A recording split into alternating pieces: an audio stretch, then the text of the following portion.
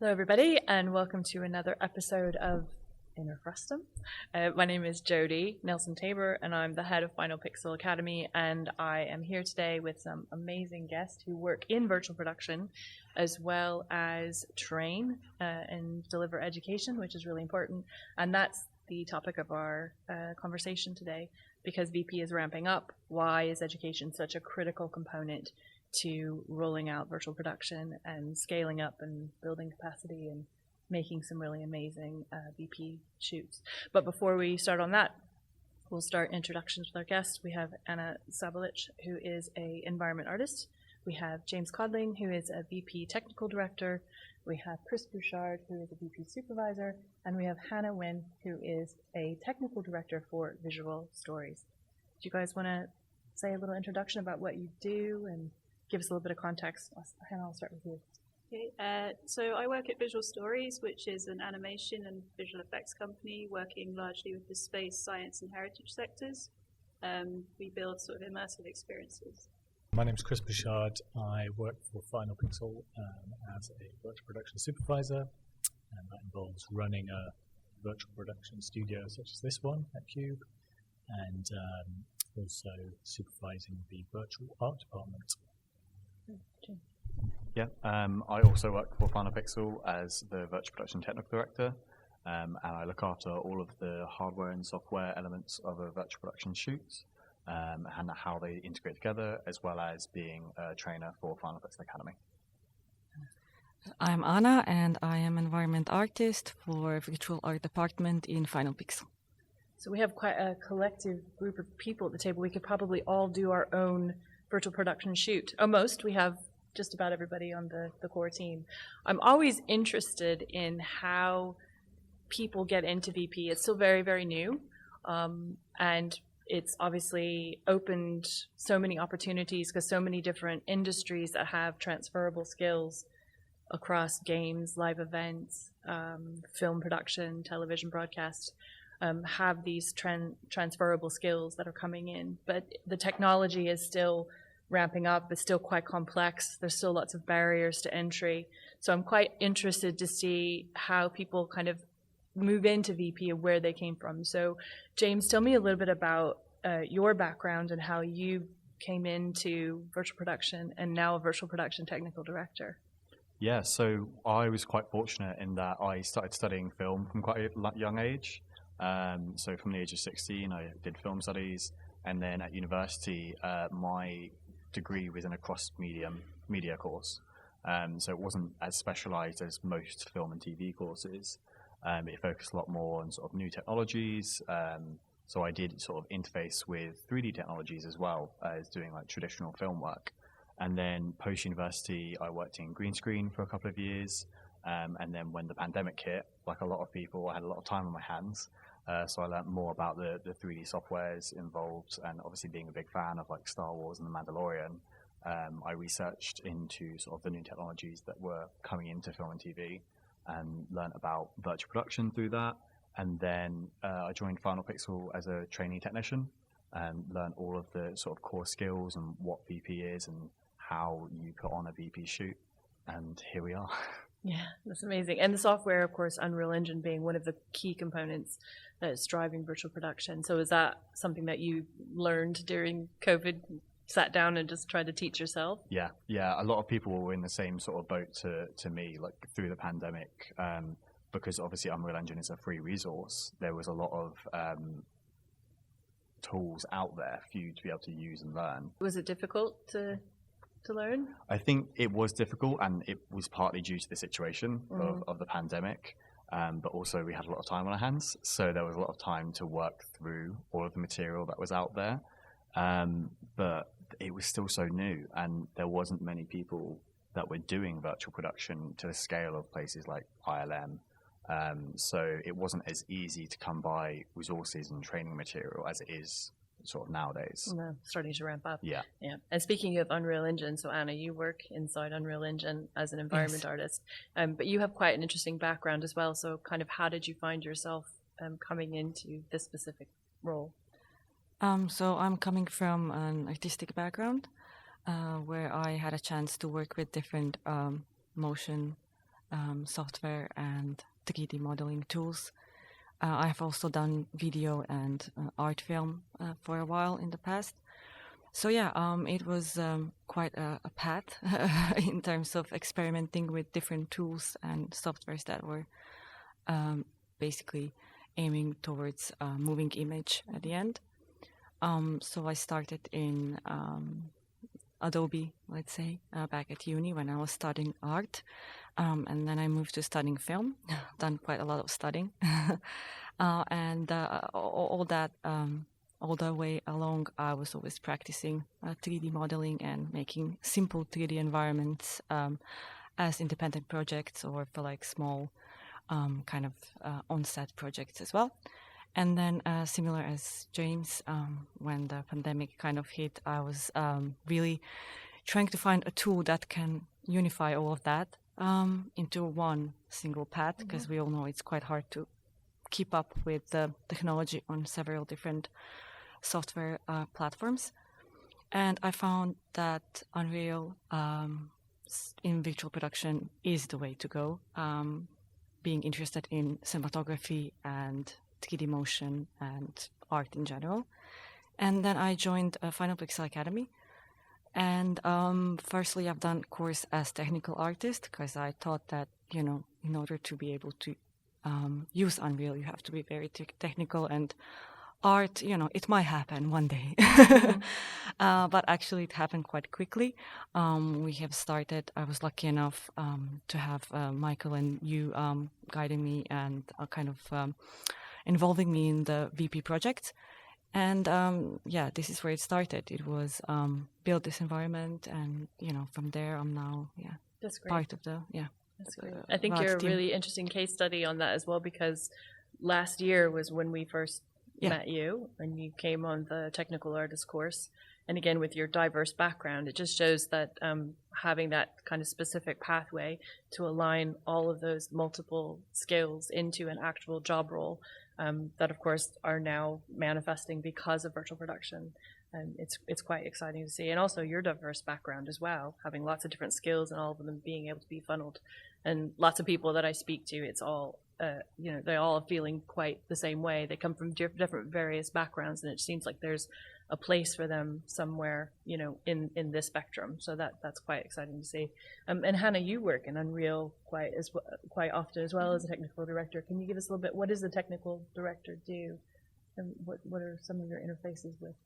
So the technical director kind of manages the whole process and workflow of virtual production. I work a lot on set and also behind the scenes as well to make sure that the environments are created and everything goes to plan. How did you come to become a technical director? Well, that's a long story, but I was working in photogrammetry for a long time in the film industry, and I sort of felt like I had mastered photogrammetry.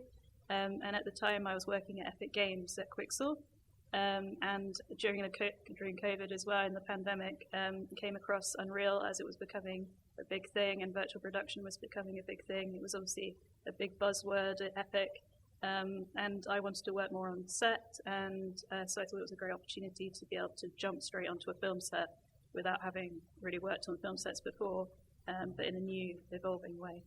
That's amazing. Great.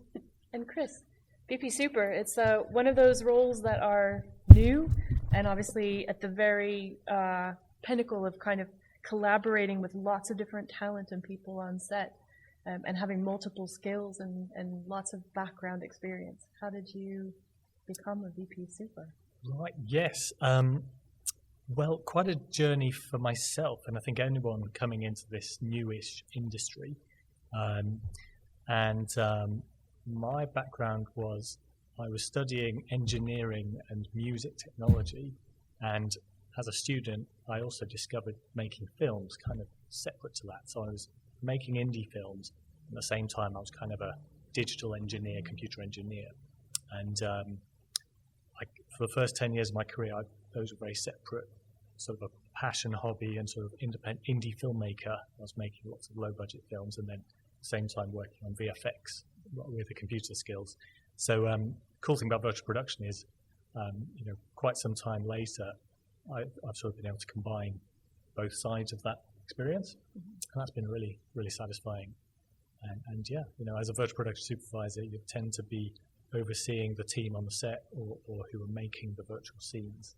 And so you need to sort of understand the film language, but also understand really how the technology works. And quite a lot of the time, it's training folks up on good practice or new techniques, or good practice on how we develop the new techniques. Because every year it's a new technique we're kind of trying out or developing. Yeah. So yeah, that was sort of my routine, and that's what I find interesting about it. That's fascinating. And I think technology obviously is a key driver to all of this, and it's one of the also one of the biggest barriers to scaling up people in the industry, because the tech is shifting and changing so often. And even though virtual production has these new novel workflows where we talk about previs and post and VFX kind of moving to the front of the workflow, and you're working with various departments all at the same time, rather than this sort of waterfall flow of information.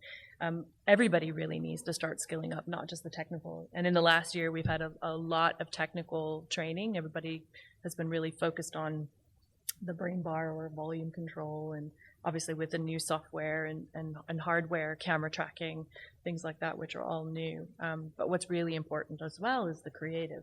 And I think what we're seeing in production is that it starts with the creative, always, whether you're a script writer or having to come up with concept art, or how are we going to tell the story. And I think what's starting to evolve is that it's the right tool for the right project, rather than a blanket, kind of a way. So we at the Academy, and I guess I'll give a little background history on myself, because it's quite a unique role as well. So my education was as an actor, actually. I got my master's from California Institute of the Arts, but I was really interested in filmmaking as well, and I went into it purely to be able to create a lot of my own work. And as I moved through education and moved to England and did a PhD in new production methodologies, a lot of this technology was starting to impact how films were being made, and whether it was nonfiction or fiction, it was the utilization of collaborative tools and new technology. And then fast forward, I was a senior lecturer at a university teaching in the film program, but very interested in immersive and VR. And then the pandemic hit, and then VP was around, and it's like, what is this? And not only what is it, but if this is the direction of travel, how are we possibly going to scale up people in this way? There was no literature, there was no education materials, there was no training manual, very little about even what virtual production was, particularly after Mandalorian hit. So I was really interested as an educator how we can bring industry and education together. And one of the very first projects was we had brought in Final Pixel to come in and be the industry partner to kind of help us understand what was happening on set. You were there.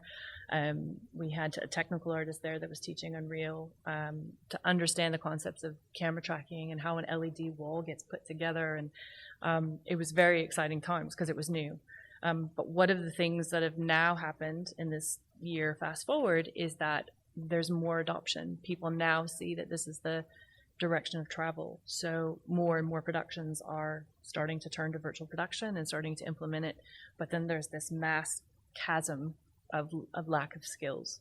So I'm interested in, given your backgrounds and that you're working in the space, what your thoughts are on how do we build virtual production capacity through education in a really solid way that's sustainable, so that we can make sure that virtual production is done well and is successful, because we've all heard stories when it's not done well, then it turns clients off, or it's not helpful to moving the needle. So any of you could kind of answer that, what you think we need to skill up more people in the industry? Well, I think people just need more access to education in the area. I think it's so new that people have only just really sort of got their heads around it. I think that the more people use it, the better people will get at it. But I think it's just like a lack of resources, which is why Final Pixel is so great, because you guys are bringing that into the mainstream now. So I think it's just a question of access, and also the equipment involved is so expensive that it requires quite a lot of money, and people think it's inaccessible, where actually I think it is really accessible. Like for me, I started out doing virtual production just in my room at home, building like VR headsets with the VR controllers, and building virtual production just using 2 screens on a computer. So it goes all the way from those very small ideas all the way to the huge screens like this one. So I think it's more accessible than people realize. So I think people just need to realize that you don't have to have this equipment to do virtual production. Yeah, one really great thing is the scalability of virtual production, and how that can translate into the educational sector. Is you don't necessarily have to be able to go and work in a massive volume to get the experience of virtual production. You can have like a home setup just to test the workflows and to get your brain around it. And then the workflows are the same regardless of the scale. There is slight differences. Obviously, the bigger you go, the more complex things get. But if you are able to replicate things on a smaller scale, it's easier on budgets and also sort of time constraints and things like that as well. So I don't think scale and budgets and all of that should be an issue when it comes to education. There are lots of ways to get the same level of training at a smaller scale of sort of industry and production, if you will. And would you say that it's from at least having a basic computer that can run Unreal Engine to at least play with the tools in Unreal Engine, that everybody across the whole pipeline could have some touch points with that software as a low barrier to entry because it's free? Yeah, exactly. Because it's a free piece of software, if you've got a machine that's capable of running sort of any 3D software or game, most sort of consumer level gaming PCs are able to run Unreal Engine at a pretty high standards nowadays. So there's nothing really stopping people from just going and trying it out. Like even if it's just to sort of navigate the software and the interface and learn what little things do. You don't have to build massive scenes or learn how to 3D model. There's loads of resources out there already that you can just get and play with. So there's nothing sort of hardware or software limitations to stop people from giving it a try. Yeah, I think Dalal, who is working in this space quite often, has said to me he tries to tell all of his directors to go learn Unreal, but you don't have to learn the entire program. You just need to learn what you could use it for, which is to map out your shots and look at different camera angles, and helps with previs. And this is the same for DOPs that use it, and really production designers who would use it as well. So what do you find, Chris, in terms of learning, upskilling that way? I think, like James was saying, and Jodi, as you're saying, just to learn the basics of Unreal or a real-time engine, you just need a gaming PC. And you could buy one for say £2,000. You could easily get a second-hand one that can run Unreal really well if you want to just really get started for less than £1,000, and that'll be able to run Unreal and similar visualization software at a really high photoreal level, and you'll be able to learn the tools and really get to play with those virtual scenes. And then, if you want to take it a step further as an artist, and maybe you don't have a full LED volume, but maybe like Hannah, you have a VR headset, then you can actually, it's funny how similar it is making a virtual production scene to making a scene for a VR headset. So many things in the engine are kind of the same techniques, aren't they? So that's a way to sort of learn the most important aspects of it. If, for example, you're not living in a city with a big volume like this, or you're not involved with those companies at the moment. And that's an area that I think will start to grow perhaps even more alongside as part of virtual production, that I think VR might come back a bit in the next year or two with the Apple Vision headsets coming out. The only thing DPs say is, can I run it on my Mac, Unreal? And we're still sort of up, James, we're sort of like, well, you can. Good luck, kind of thing. Not to be upset with Apple because they are amazing. And I use Apple all the time. But we find that, especially virtual production Unreal, it just runs way, way faster and more smoothly on a PC at the moment. in a year it'll all change. But at the moment, But that's a key point, isn't it? That the more that we do this, the more you are testing systems, you're testing what works, you're pushing the boundaries of what the technology can do, and then that's informing the software and the hardware players to understand those needs. I think Andreas was saying the new lighting that's coming out, the mimics and some of the other things that focus on lighting. This isn't my key area, but it seems to me that they're listening to the artists who are working on set. Definitely. Every year we have a new exciting tool, like 3 or 4 new exciting tools, to be honest. And we have to keep learning the newest one. So it is a constant learning process, isn't it? Yeah. Well, this is also one of the other challenges then, is how, particularly for early entrants that are coming from university or college, who have very standardized, education and curriculum, and to change that, we have an analogy that's like an ice tanker trying to turn around. It takes a couple of years to get that done, to even certify new programs and so forth, where the industry is just moving at scale. How do we take this information and this knowledge, this access that we're using in the industry, and apply it in partnership with our education partners to make sure that the students who are going through these film programs, who may be in film, or they might be in games, or they might be in a mixed media, to make sure that they have the right skills or the right understanding, at least to be able to jump out and be a junior trainee when they first graduate? What do you think? How do we solve that today? I think the first instance of Final Pixel Academy and how it was kind of born was us going in as an industry provider for an educational, a higher education facility. And I think having people who are working within the current industry and working with these new technologies, giving their knowledge of what they're doing currently, that is the most important thing. Because there's so many resources online, but it's always very sort of one-sided, and you don't always get the knowledge from people. But use the people that are actually doing it to teach it, because that's one thing that like the educational sector always struggles with, is they're always a couple of years behind, because lecturers have worked in the industry or might still be working in the industry, but that isn't what they do permanently. So having people who are educational providers come in and teaching students current industry skills is really, really important. Yeah. And it's also, I think we talk about community, we talk about it takes a village really to make sure that we meet the needs of scaling up. And it's not just early career or new emerging students, but it's professional crew who have maybe worked for 20 years are now suddenly being faced with new challenges of having to learn new technologies, having to be thrust into a high-pressure environment and being expected to perform without having much skills in BP or maybe much training. Maybe they're getting anecdotal knowledge. Maybe you could speak to that, Chris. Yeah, sure. I mean, I think it's been, until kind of now, I think it's been a little bit left behind with the education push, because we've got to remember our whole film industry is built on a traditional film crew skill set.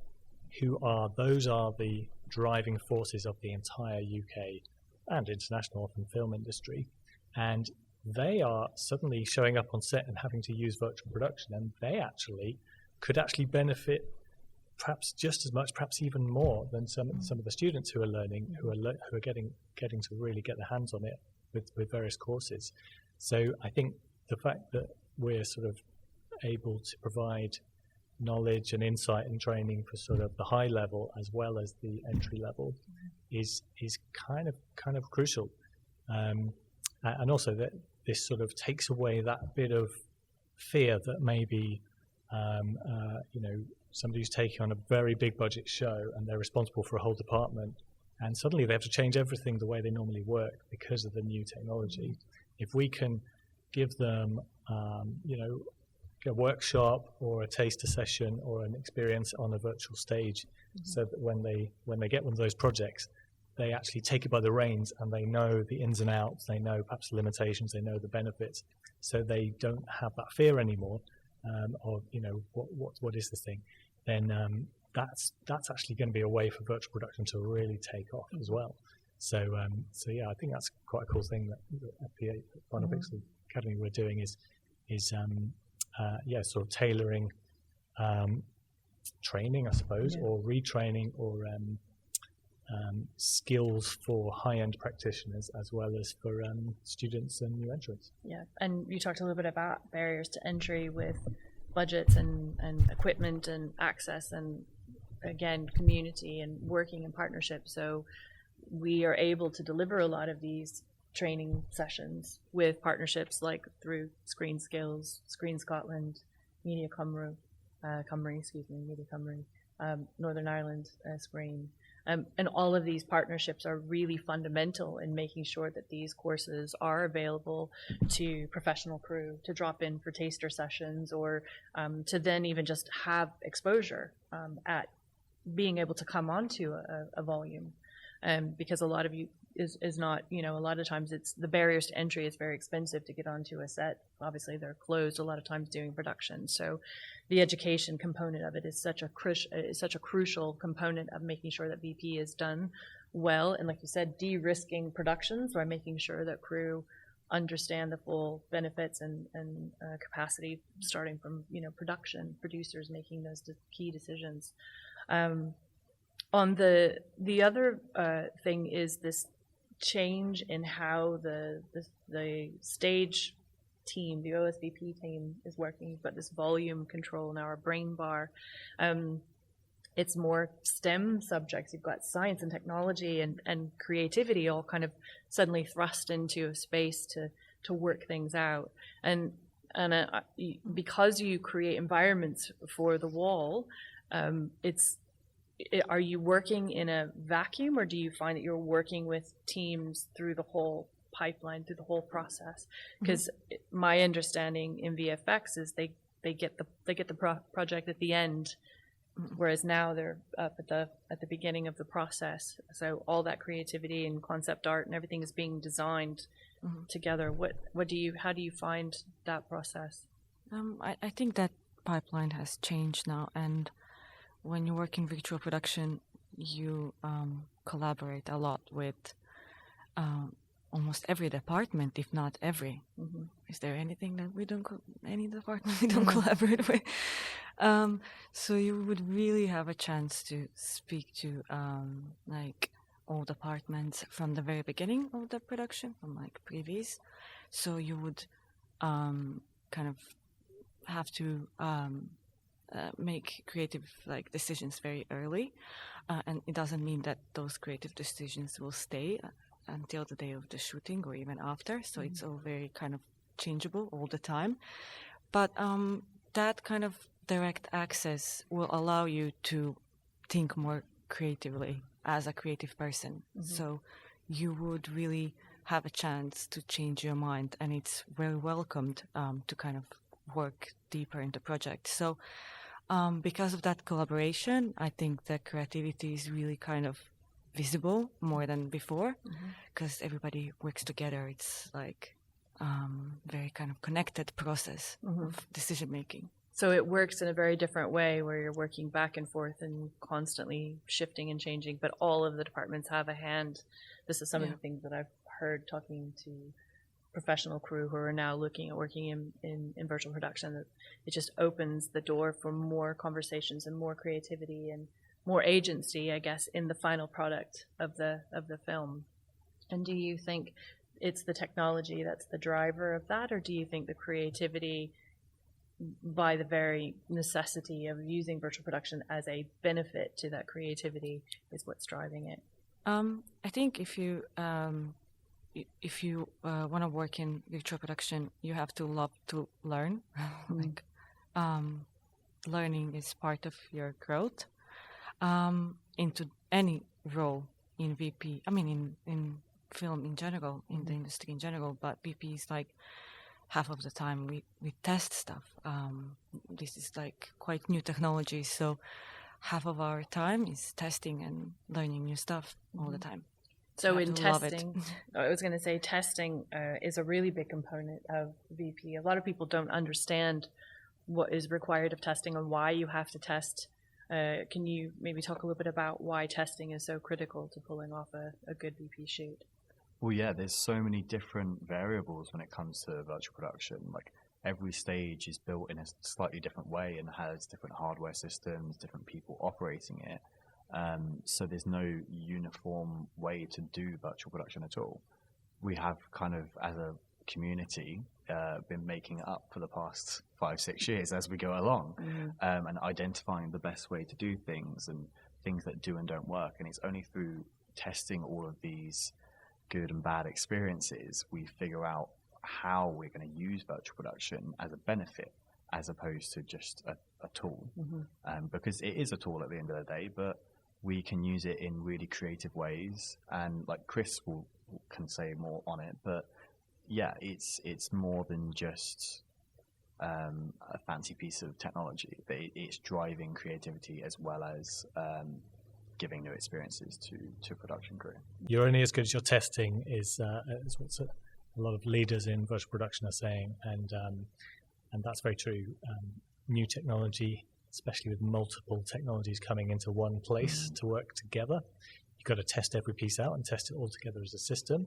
And so it's a bit more in the prep days before the shoot, get everything really well oiled, and then your shoot will be running way faster than a normal shoot. And that is what we want, much faster than location. And I would also say that this testing is also really critical to the new roles that are coming out. So defining what skills are required, what are the new roles in VP, how are they meshing with traditional skills. So a TD is quite a new role as well, right? So there's very specific skill sets as there is with VP Supervisor, with environmental artists, with camera tracking and all of those sort of things. So as these are continuing to evolve, and if we want to get more people into VP, what would be your one, I'm going to ask all of you, what's your one key takeaway that you think people need to do if they want to work in virtual production? What would they need to do? I think the main thing is to just get comfortable with problem solving, and just not be scared to sort of break things and take things apart and just try new things, whether that's at home or whether that's in a studio. Just try everything and break everything and just learn as you go and not be scared. Chris? I would say listen and learn from the teams around you is a good one, because there's so much to absorb and learn from all the clients we work with and the people teaching it and people learning it with you. I would say try and get as much experience as you possibly can. Like, there are people doing jobs with VP all the time at different scales, and the best way, personally, I think, to learn and experience VP is on set. So go out, see who's doing virtual production, make friends, because it is a very close-knit community. And once you're in and once you've got that tiny bit of experience, it can go a really, really long way. And you learn so much more from being on set and breaking things and learning than you do from reading articles or following online courses and things like that as well. It's a combination of them, but get on set. Great. And Anna? I would say get involved as soon as possible. Like, it's out there, like it's happening, and enjoy the creative process while you're learning all of that. So all of those answers are really terrific answers, and I think, again, building community of like-minded people who are artists, who are also technicians, people who come from multiple different industries. There's a place at the table, and I think that's what's really exciting. I would say, again, there's such a small community now. It's quite tight-knit. We all kind of know each other, but as it continues to grow, I think watching YouTube videos and going to conferences, reading articles, will help you build the knowledge to understand the vocabulary, because it is a new vernacular for virtual production. We have new, ways of saying things, understanding the workflows, understanding the job roles that are available, and kind of what skills are needed for that, and then plugging yourself in. So many studios and so many opportunities to have open doors right now that are doing demos or just inviting people to come in and see the world of virtual production. It's quite an enthusiastic time, I think, in the industry to jump in. So hopefully what we have shared today will inspire people to jump into virtual production and get educated and help it grow. So thank you so much for your time. Appreciate it. Thank you. Thank you, Jodi. Excellent job. Great job. Thank you.